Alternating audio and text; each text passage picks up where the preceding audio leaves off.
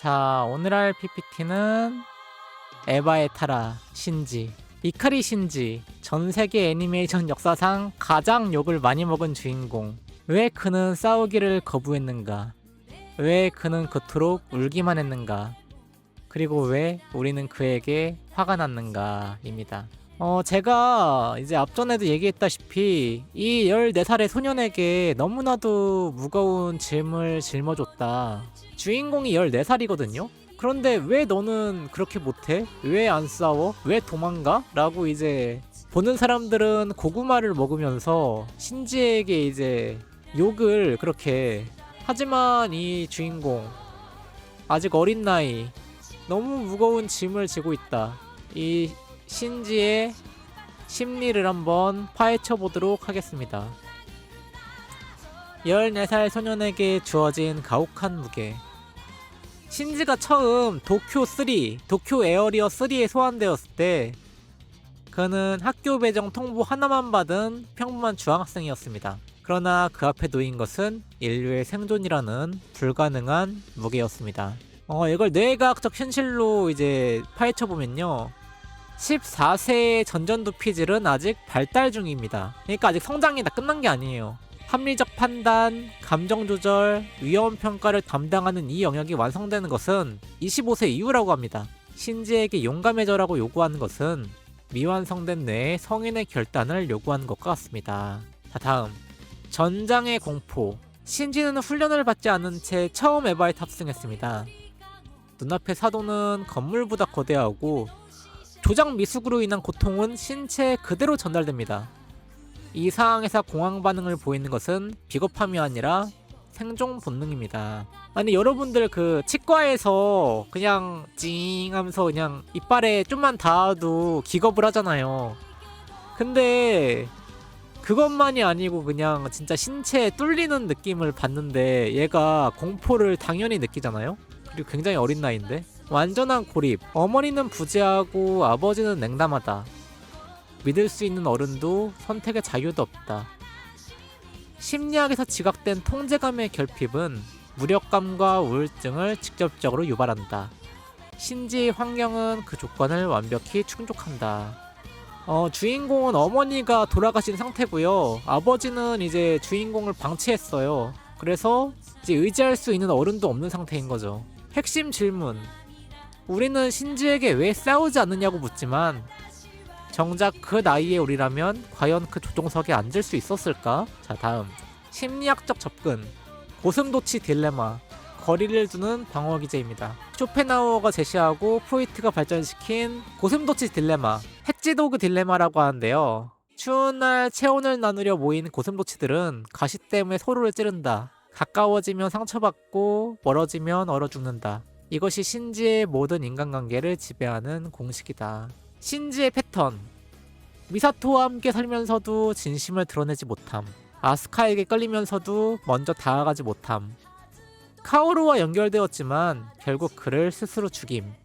그리고 에반게리온 4화 에피소드 제목이 바로 해찌오그의 딜레마입니다. 방어기제의 원리인데요. 심리학자 존 볼비의 애착 이론에 따르면 초기 주요 양육자와 관계가 불안정할 경우 회피형 애착이 형성된다. 타인이 떠날 것을 예상하기 때문에 아예 가까워지지 않을 것을 선택한다. 신지의 도망은 겁쟁이 행동이 아니라 반복된 거절에서 살아남기 위해 형성된 무의식적 자기 보호다.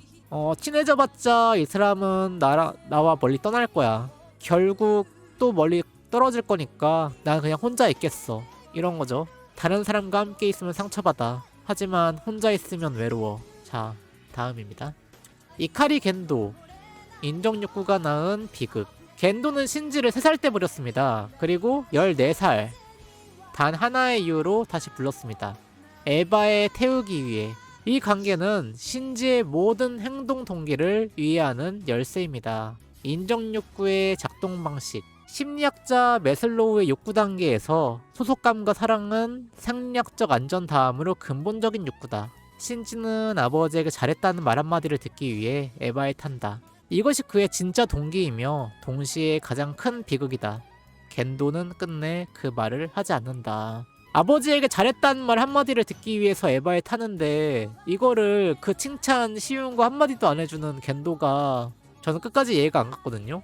복종과 거부 사이의 진자 운동. 신지는 에바를 타야 한다는 것을 알면서도 거부한다. 아버지의 명령에 따르면서도 분노한다. 이 모순된 행동은 반응성 애착장애와 유사한 패턴으로 날 사랑해줘와 네가 싫어를 동시에 외치는 심리적 분열 상태다. 다음, 겐도 역시 같은 공식의 피해자다. 겐도 또한 인간관계에서 상처받는 것을 두려워해 신지를 버렸다. 상처받은 아이가 상처 주는 어른이 되는 것. 에반게리온은 이 비극적 세대전이를 냉철하게 해부한다.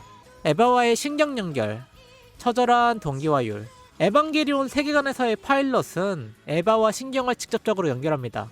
싱크로율이라고 하는데요. 에바가 느끼는 고통은 그대로 파일럿의 신체로 전달됩니다. 이것이 신지의 정신에 가하는 폭력성을 우리는 충분히 이해하고 있는지, 왜 도망치니? 왜 에바에 타지 않니? 라고 한다면 신지는 아픈 게 싫은 거예요. 신체 피드백의 공포, 현실에서도 PTSD, 외상 후 스트레스 장애는 위험 상황에 반복 노출될 때 형성된다. 신지는 매 전투마다 신체적 고통과 생사의 공포를 신경 레벨에서 경험한다. 심리적 외상이 누적되지 않는 것이 오히려 이상하다. 에바 내부의 존재. 에바 유닛 01 초호기 내부에는 신지의 어머니 이카리 유이의 영혼이 깃들어 있습니다. 신지는 알지 못한 채 어머니와의 신경으로 연결된 채 싸웁니다. 이 설정은 프로이트적 오이디푸스 콤플렉스와 자궁외기 본능을 동시에 시사합니다. 오이디푸스 콤플렉스가 뭐냐면요, 어머니에게 집착하고 이제 아버지에게 적대적인 그리스 신화에서 비롯된 이제 단어고요. 자궁외기는 이제 그 어릴 때 그 아무 고통도 없고 이제 편안한 그 시절로 돌아가기를 원하는 그 본능. 자, 폭주의 의미. 신지가 의식을 잃을 만큼 극도의 공포 상태에 빠지면 에바가 자체적으로 폭주한다. 이것은 신지의 무의식, 억눌린 분노와 생존 본능이 방어 기제를 넘어 폭발하는 순간으로 해석된다. 동기화율 400%가 넘으면은 이제 폭주를 하게 되거든요.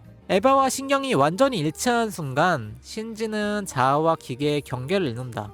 이것은 심리학적으로 자아해체에 해당하는 극한 상태다. 자, 다음, 안노 히데아키의 투영. 감독이 신지에게 건 것. 에반게리온의 감독인데요, 신지는 안노 히데아키 자신이다. 이것은 비유가 아니다. 감독은 이것을 공개적으로 인정했다. 4년간의 우울증. 나디아. 신비한 바다의 나디아라고 이제 에반게리온 전 작품을 이제 완성한 이후 안노는 4년간 집 밖을 거의 나오지 못하는 심각한 우울증을 겪었다고 합니다. 그저 죽지 않았을 뿐인 사람이다 라고 스스로를 묘사했고요. 그리고 이후 에반게리온 제작이 시작되었습니다. 1994년 도망칠 수 없다는 생각과 함께 제작을 재개했습니다. 자신의 우울, 공포, 인간관계의 실패를 신지라는 캐릭터에게 모두 쏟아부었습니다. 신지의 심리 상태는 픽션이 아닌 안노의 실제 내면이었다. 제작 중 자각. 에피소드 16. 제목이 죽음에 이르는 병 그리고인데요. 제작 중 레이 캐릭터를 이해하기 위해 정신질환 관련 서적을 읽다가 자신이 오랫동안 임상적 우울증을 알아왔음을 처음으로 자각하게 됩니다. 에바는 안노가 자신을 치유하는 과정이기도 했습니다. 그리고 시대의 무력감.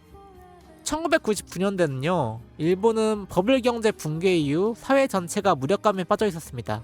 열심히 해도 안 된다는 패배주의와 히키코모리 문화가 확산되던 시기. 신지는 그 시대의 초상이었습니다. 나는 에반게리온에 나의 모든 것을 담으려 했다. 4년간 아무것도 할 수 없었던 부서진 인간으로서의 나를. 안노 히데아키. 자, 다음. 현실로 돌아가라는 도피에 던지는 메시지. 에반게리온 방영 당시 안노는 애니메이션에 과몰입하며 현실 도피라는 오타쿠 문화에 대해 깊은 양가 감정을 가지고 있었습니다. 신지의 도피는 단순한 캐릭터 설정이 아니라 시청자를 향한 거울이었습니다. 신지의 도피 공식. 현실이 고통스러울 때 이어폰과 SDAT라고 하는데요, 슈퍼 디지털 오디오 테이프라고 합니다. 이거를 이제 종이를 쓰고서 이제 책상 위에 엎드려 있어요. 이제 혼자만의 세상에 갇혀 있는 거죠. 관계가 복잡해질 때, 침묵과 무표정으로 차단, 선택이 두려울 때, 명령이라면 탄다라는 무책임한 복종. 그리고 고통이 임계점을 넘을 때 에바의 폭주에 자신을 맡긴다. 왜 우리는 신지에게 화가 났는가? 심리학에서 투사는 자신이 받아들이기 싫은 속성을 타인에게 귀속시키는 방어기제다. 신지의 찌질함에 분노한 시청자 대부분은 사실 자신 안에도 동일한 두려움과 도피 욕구가 존재함을 무의식적으로 알고 있었다. 신지가 밉다면 그것은 신지가 우리 자신을 너무 정확하게 비추기 때문이다. 저도 이제 이 신지를 보면서 나라도 그렇게 하지 않았을까? 라는 이제 생각을 했었거든요. 그러니까 이게 너무 정확하게 우리를 투영하는 거예요. 그러니까 그 불편함이라고 하잖아요. 그것 때문에 더 신지를 욕하지 않았나. 안노의 메시지. 애니메이션은 거짓말이다. 나는 이 가짜 세계에서 현실감을 가져오고 싶었다. 신지를 보며 불편함을 느끼는 시청자는 어쩌면 신지와 같은 도피를 하고 있는 자신을 발견했기 때문이라도 모른다. 왜 신지는 영웅이 될 수 없었나? 일반적인 열혈 로봇물 주인공이 신지를 비교하면 에반게리온이 이 장르 자체를 해체하려 했음이 명확해진다. 전형적인 열혈 주인공이라면 이제 가오가이거의 가이를 들 수 있는데요. 명확한 사명감과 정의감, 두려움을 극복하려는 의지력, 동료를 위해 희생하는 용기, 역경을 통해 강해지는 성장서사, 나는 절대 포기하지 않는다. 용자왕이라고 하죠. 하지만 이카리 신지는 어차피 하라고 하면 탄다는 수동적 동기, 두려움 앞에서 실제로 도망침, 타인을 위한다고 말하면서 아버지의 인정을 원함, 역경을 통해 더욱 무너지는 현실적 반응, 도망치면 안 될의 주문체력 대뇌이지만 도망친다. 안노 히데아키는 신지와 미사토는 모험물의 영웅물에 어울리지 않는 상처받는 것을 두려워하는 인물이라고 직접 말했다. 에반게리온은 영웅 판타지를 팔기를 거부한 작품이다. 그것은 당시 시청자를 불쾌하게 했고 동시에 그토록 오래 기억되는 이유다. 신지는 실패한 주인공이 아닙니다. 영웅이 되어야 한다는 공식 자체를 의심하게 만드는 안티 히어로의 원형이다. 자, 다음. 여기 있어도 좋아. 자아 긍정의 결말. 굉장히 이제 유명한 장면인데요. 오메데토 신지쿤 이러면서 이제 모두 박수를 쳐주는 장면이에요. T판 최종화에서 신지는 완벽한 승리를 거두지 않습니다. 사도를 모두 물리치지도 아버지에게 인정받지도 사랑하는 사람을 구하지도 못합니다.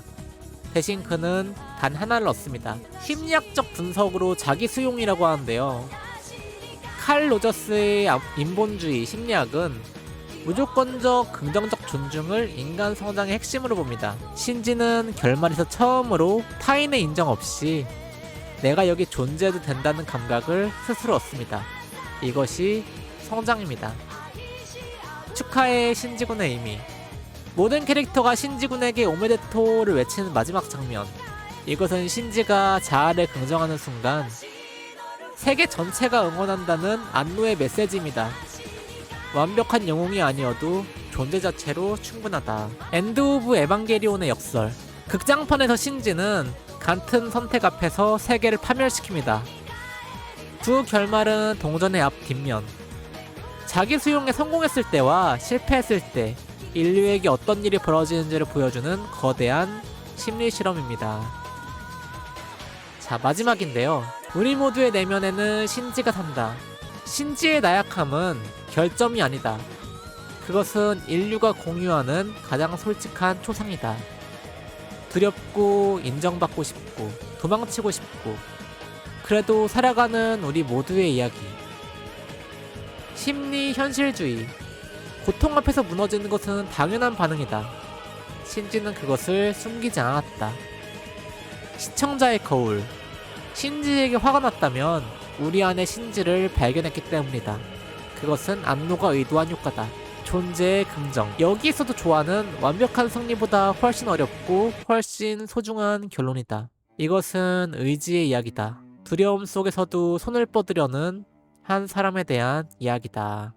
안노 히데아키. 자, 이렇게 오늘의 PPT가 끝났습니다. 여러분은 신지에 대해서 어떻게 생각하시나요? 많은 댓글 부탁드립니다.